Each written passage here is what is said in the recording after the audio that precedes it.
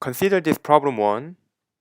We have 7 activities, and each activity has different time durations.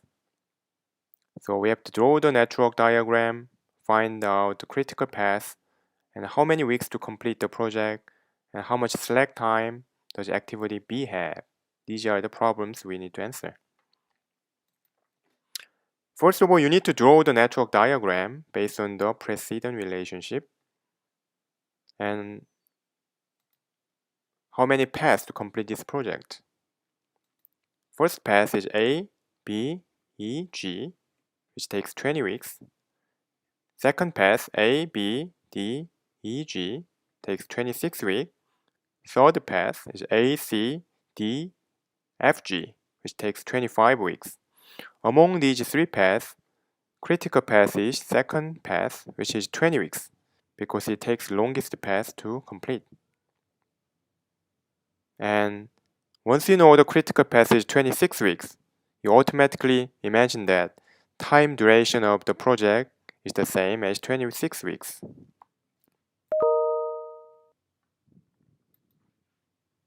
This is your critical path. Now we schedule the early start finish, late start finish times to find out the slack times. We know which activity has slack. B, F has a slack time because these are not on the critical path, but we don't know how much slack time. So that's why we need to calculate early start finish, late start finish times. Starting with A, 0 plus 6 is 6. Then 6 goes to BC. And plus 3 and 7 equals 9 and 13. And consider D. Since there's only one predecessor, 13 goes here. The early start time of D is 13, 15. Now consider E, which has 2 different predecessors. When we schedule our early start finish time using the forward path, when there are 2 numbers are conflicting, then we have to choose the maximum or largest number. So goes here, 15 plus 4 is 19. And consider F. Only one predecessor, so 15 goes here. 15 plus 3 is 18. Now 2 numbers are conflicting, so we choose the maximum number, right? 19 plus 7 is 26, which is exactly same as the critical path.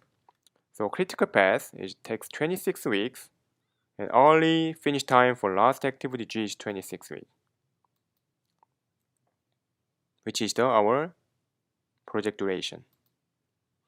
Now we want to schedule late start finish time. So we set late finish time to 26 in order not to delay the project. So between these two has no time. Minus 7 is 19. This goes to E and F.